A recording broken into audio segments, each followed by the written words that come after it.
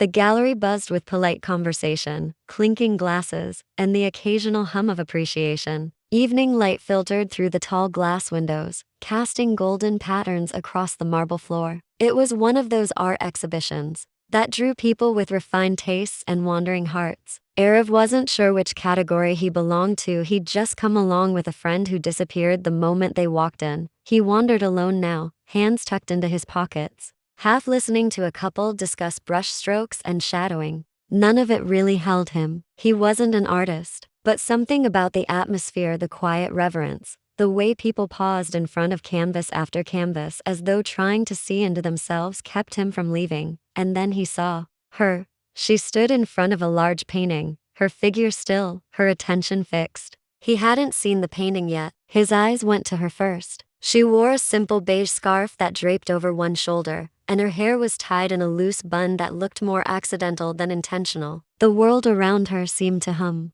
differently, like she wasn't at the exhibition, she was part of it. His gaze finally followed hers, landing on the painting she was looking at. It was abstract, a blend of color and emotion more than form. Crimson spilled into charcoal grays, with a burst of gold in the center, like a heart trying to break through storm clouds. It pulled at something in him, and apparently in her, too. As if sensing his gaze, she turned slightly. Their eyes met. For a second, no, maybe just a breath, everything else disappeared. The laughter, the clinking glasses, the murmured conversations all faded. Just her eyes, deep and expressive, holding his. Neither smiled, neither spoke, but something passed between them, something unspoken, something ancient. He felt it in his chest, a gentle tug, like a thread being pulled from somewhere long forgotten. She blinked slowly, as if waking from a dream, and looked back at the painting. Arav stepped closer, slowly, cautiously, not wanting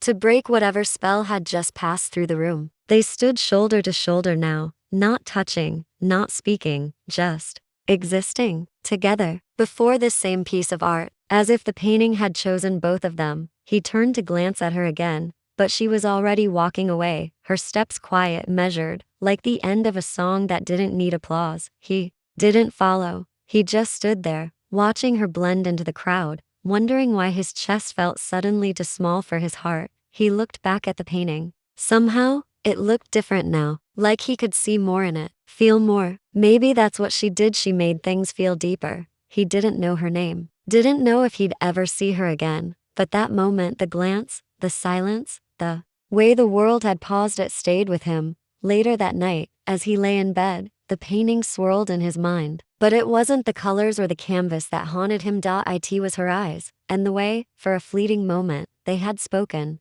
everything he'd never had the courage to say out loud. The rain had started without warning, soft at first, then falling faster, until the whole street shimmered in silver streaks. Arav ducked into the nearest coffee shop, shaking droplets from his coat and running a hand through his damp hair. The place was cozy, humming with the low murmur of chatter and the hiss of steaming milk. He ordered his usual, a double-shot latte, and scanned the room for an empty seat. Every table was taken, except for one at the back, near the window. A single chair was vacant, the other occupied by someone deeply engrossed in a book. It was her, the girl from the art gallery, Eamon. He didn't know her name yet, but he knew it was her, same quiet posture, same soft presence. She was curled up with her knees slightly drawn in, a book resting in her hands, eyes dancing across the page like they belonged there. He hesitated. Maybe he should just leave, or wait, but then she looked up. Their eyes met again, and something in her gaze softened, like recognition flickering behind surprise. He gestured awkwardly toward the empty chair. Mind if I? She blinked, then shook her head gently, motioning to the seat. He sat down, and then, fate or perhaps clumsiness intervened. As he tried to set down his coffee, his elbow grazed the edge of her table. The cup tilted, coffee sloshed, her book fell. Both gasped. Oh my God, I'm so sorry, he said, grabbing napkins. I didn't mean. It's okay, she interrupted, reaching for her book and laughing softly. It's not the worst thing that's happened to this book. He glanced at the cover. The 40 Rules of Love. I've read that one, he said, still blotting the table. Twice actually. She looked up at him then, her smile a little fuller. Then I forgive you. Barely. They laughed, and just like that, the awkward moment became a bridge. He pulled out his sketch pad, something he always carried, even when he didn't know why. Eamon noticed but didn't comment. She just returned to her book, occasionally glancing out the rain-speckled window. Minutes passed like that, quiet, companionable. He sketched without pressure. She read without pretense, and then she said, without looking up, "Are you drawing me?" He froze, pencil in midair. "Maybe. Let me see." He turned the pad. She studied it. It wasn't finished, just a few lines, soft shadows, the hint of her eyes and the curve of her mouth. She blinked. "That doesn't look like me." "It looks how you feel," he replied. She looked at him, then really looked. "You see people that way?" He shrugged. "Sometimes. Some people draw themselves into your life without trying." She didn't answer right away, but when she did, it wasn't with words. She pulled a pen from her bag and wrote something in the corner of his sketch. "Some connections aren't made, they're remembered." He read it and smiled. Eamon offered her hand. "I'm Eamon, Erev." They shook hands, warm, firm, and lingering just a second too long. The rain eased outside. The world resumed its rhythm, but something between them had shifted. A stranger was now a little less strange, and as they sat, Erev sketching and Eamon reading, they didn't realize it yet, but this accidental conversation had already become the beginning of something neither of them had expected. It was the kind of rain that made the whole city pause, steady, rhythmic, and stubbornly beautiful. The streets of Lahore glistened under the street lights as water pooled around parked scooters and danced on rooftops. Most people rushed for shelter. Some cursed the traffic, but Erev didn't mind the rain. He walked slowly, umbrella-less, his sketchpad tucked safely inside his coat. The smell of petrichor, chai, and wet earth wrapped around him like a memory. That's when he saw the small tea stall, one he hadn't noticed before, tucked between two shuttered bookstores. Dimly lit, with a flickering neon sign and the gentle hiss of boiling water, and under its awning stood a familiar silhouette, Eamon, hair damp and clinging to her face, a loose shawl wrapped around her shoulders, and a cup of chai warming her hands. She looked up as he approached, eyes widening for just a second before a smile took over. "Twice in the rain now," she said, laughter in her voice. "You following me?" "More like the rain is," he replied, stepping under the same tiny shelter. "But if I were going to follow anyone, at least I have good taste." She rolled her eyes playfully but didn't look away. Erev ordered a cup of chai from the elderly vendor, who nodded without asking for names or introductions, just two strangers escaping the weather together. For a while, they stood silently, the rain stitching its rhythm into the quiet between them. Then, a gust of wind blew through, cold and unexpected. Eamon shivered, brushing rain off the page of the book she'd been reading. "Here," Erev said, offering her a napkin from his coat pocket. She reached for it, and their fingers met briefly. A light touch, barely a second, but time seemed to slow. He felt the warmth of her skin despite the cold. She felt the sincerity behind a small, thoughtful gesture. Neither said anything, but in that fleeting moment, something passed between them, unspoken, undeniable, the kind of silence that holds weight. "You know," she said finally, pulling her shawl tighter, "I used to hate the rain. Always made me feel heavy. And now?" he asked. "I don't know," she replied, her eyes drifting to the falling drops. "It feels different today." He nodded. "Maybe rain doesn't make us heavy. Maybe it just washes away what's pretending to be light." Eamon turned to him slowly, her expression unreadable for a heartbeat. "You always talk like you're sketching thoughts instead of speaking them," she said, a smile tugging at her lips. "Maybe I am," he grinned. "Words are harder than lines." They laughed softly. He sipped his chai. She watched the steam curl from hers. The world around them stayed blurred by rain, but the space between them felt clearer than ever. Eventually, the downpour slowed to a drizzle. People began moving again. The old tea vendor gave them a gentle smile, as if he'd seen this kind of scene 1,000 times before and knew how it might end. Erev turned to Eamon, suddenly unsure. "Should I walk you home?" She hesitated, then shook her head. "Not yet." He raised an eyebrow. She took a step out from under the shelter, into the soft drizzle.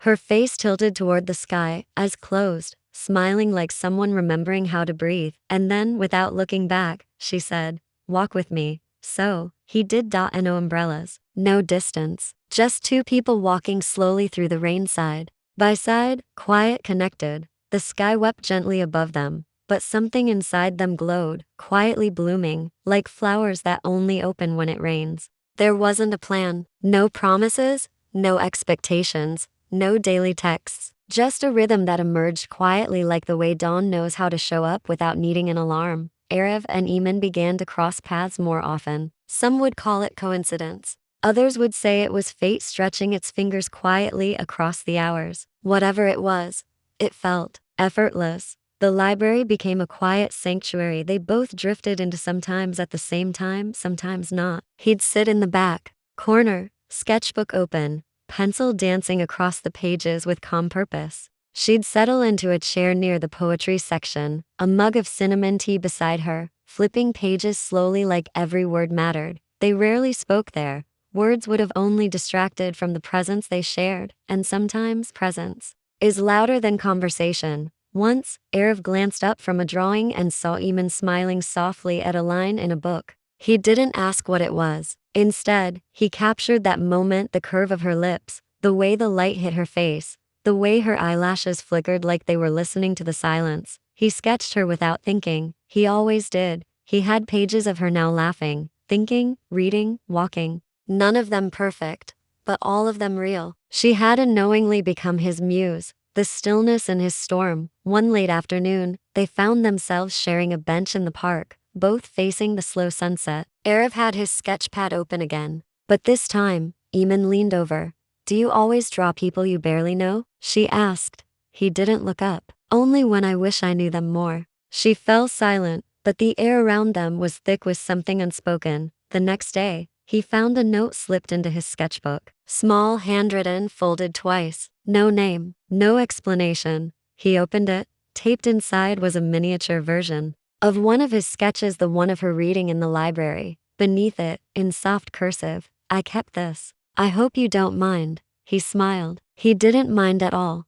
They started walking more after that. Evening walks under banyan trees, leaves rustling like secrets being passed above. Sometimes they talked about books, sometimes about childhood, memories, but often they just walked, matching each other's pace, letting the city blur around them. One night, Eamon handed him a bookmark made of dried jasmine flowers, carefully pressed and wrapped in clear lamination. "For your sketchbook," she said simply. Erev took it gently, running his fingers over it like it was the most fragile thing in the world. "Why jasmine?" he asked. "Because it's the flower that blooms after dusk," she said, smiling. Quiet, gentle, just like. She didn't finish the sentence. But she didn't need to. He knew .it was her. .it was them. Their connection wasn't loud. It wasn't filled with dramatic declarations or big, sweeping moments. It was silent glances and half smiles. It was two people sitting close enough to feel each other's warmth, even when the world around them was cold.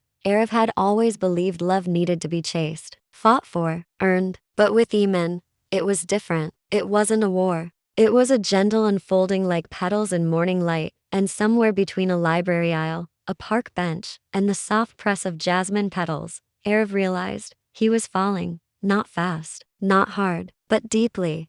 And the best part, so was she. And then one day she was just gone. No text, no goodbye, no explanation. The coffee shop still smelled of cinnamon. The library still whispered with turning pages. The park still carried the same rustling wind. But Eamon wasn't in any of those places.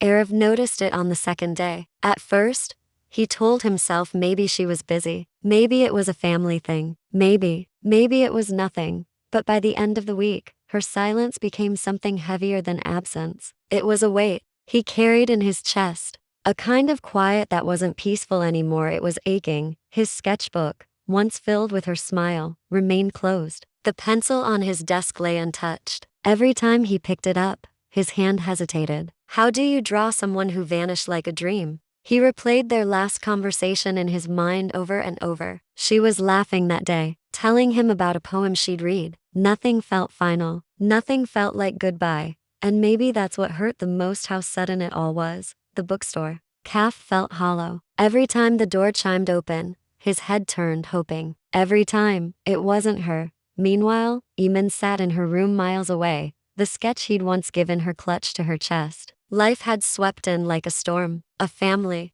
illness, financial strain, the weight of expectations crashing down all at once. She didn't know how to carry it all, let alone explain it to someone who only knew the quiet, composed version of her. She thought about him constantly, missed the calm of his eyes, the safety of his silence, the way he listened without judgment. But with every day that passed, she questioned herself more. Would he still want her, now that she was a mess? She wanted to reach out, to say, I didn't mean to disappear. But what if too much time had passed? Erev, on the other side of the same city, felt every hour like a slow drip of hope turning cold. He wasn't angry, he wasn't bitter, just confused and hurt. One night, sitting at their usual bench in the park, he opened his sketchbook again, not to draw but to flip through the memories. Her laugh, her side profile, the way her fingers tucked her hair behind her ear. She was everywhere in those pages, and yet, nowhere in sight. He closed the book and whispered into the wind, I don't know where you are, but I hope you're okay. Because even through the hurt, he couldn't stop caring. Somewhere else, Eamon sat by her window, her phone in her hand, Erev's name glowing on the screen. She hadn't deleted it, she never could, but her fingers trembled every time she thought about texting. She drafted the message over and over. I'm sorry. I disappeared, but not because I stopped caring. Life got heavy. I miss you. But she never pressed send. She stared at the moon and wondered if he was too.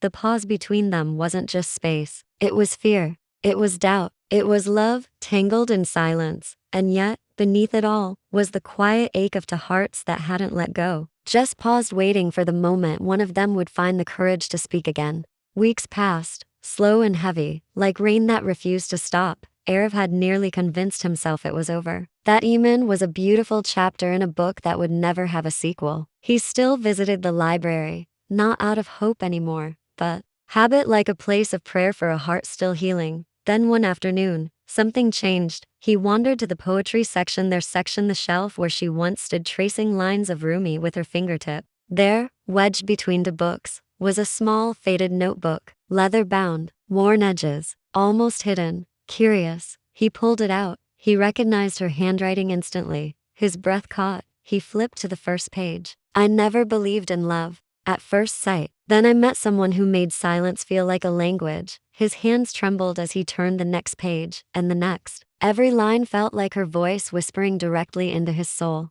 I don't know if he knows how he makes me feel calmer by just sitting next to me. I want to tell him I keep one of his sketches in my diary, but I don't know how. I miss him. I miss him more than I have words for. But what if I broke something by walking away? His eyes stung. This wasn't just a notebook. It was a map, a fragile, honest trail of her heart. And suddenly, the ache inside him transformed into fire. He wasn't going to let her become a memory. Not when she had left behind pieces of herself, hoping he'd find them. He clutched the notebook to his chest and whispered, I'm coming. The next day, he visited every place they'd been, the tea stall, the park, the bench where she once rested her head on his shoulder. No sign. But he didn't stop. He even returned to the coffee shop where she once laughed at his terrible espresso order. The barista recognized him. Looking for her? She asked softly, nodding toward the counter. Erev blinked. There, taped beside the tip jar, was a napkin with her handwriting. To the boy who sketches silence, I'm sorry I vanished. If you still come here, I still do too. Sometimes, Friday evenings, around 6. His heart nearly burst. It was Friday. It was 5:47. He sat at the corner table, the one they used to share, and waited. Every second stretched like a lifetime. Then, the bell above the door chimed. She walked in, hair a little messier, eyes a little more tired, but still her, still Eamon. Their eyes met. He stood. Neither of them spoke. Not at first. Then he stepped forward, held out the notebook, and said softly, You left this. She took it in shaking hands, eyes glassy. I didn't mean to. I know, he said gently. I read everything. You didn't need to say it. I felt it. Silence fell between them again, not awkward, not heavy, just full. Full of everything left unsaid, everything understood. Finally, she smiled. So, still sketching strangers? He grinned. Only one. And just like that, the pause ended, not with fireworks, but with two souls who never stopped speaking. Even when the world went quiet, the gallery was quiet, not silent, but soft like a Sunday morning. Footsteps patted gently against the floor, voices hushed in reverence of art, of expression, of stories frozen in brushstrokes and graphite. Erev stood in the farthest corner of the exhibit, his heart beat louder than the murmurs around him. The piece on the wall before him wasn't his, not entirely. It was hers, a sketch she once made but never shared. A moment she captured in pencil, a rainy evening, two figures under a crooked umbrella, leaning toward each other in laughter. He had found it in the notebook she left behind, buried between verses of longing and notes to a love unspoken, and now, it was framed, displayed under soft golden light. Beneath the sketch, a small plaque read, "I met her in silence, and found my forever." Erev Malho Traith crowd thinned slowly, the evening winding down. He glanced at his watch. 6:02 p.m.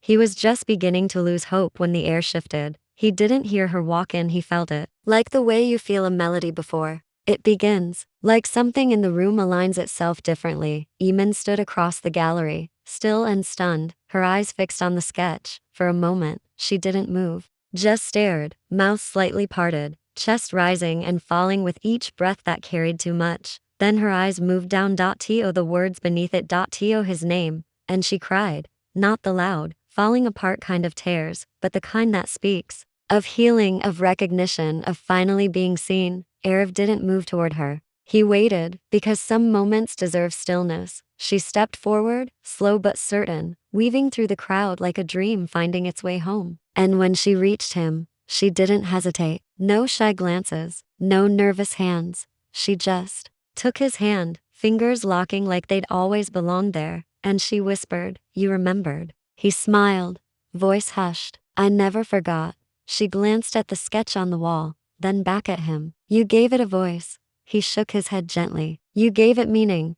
Around them, the gallery faded. No more strangers, no more noise. Just two people who had once shared a silent glance and now stood at the end of a journey neither of them had planned but both were meant to walk. "I thought I lost you," she said. "You never did," he replied. "You were always in the spaces between my words, in every line I drew." Her eyes shimmered with tears again, but this time they came with a smile. A full one, free, true. Erev reached into his coat pocket and pulled out something small. A folded page from his sketchbook. He opened it slowly. It was a drawing of her from the very first day. Standing in front of that painting, light on her face, head tilted slightly as if already in conversation with beauty. She gasped softly. "I drew this before we ever spoke," he said, "because I knew even then, you were going to change everything." And she had. From awkward coffee shop moments, to silent walks in the rain, to tears and distance and finding their way back. They had written a love story not in grand gestures, but in shared silences and honest presence. Eamon reached up, brushing his cheek with her fingers. "From strangers," she began. He nodded, finishing with a smile, "to soulmates," and under the soft light of their shared past and hopeful future, they kissed gently, like the closing line of a poem that had waited a lifetime to be read aloud.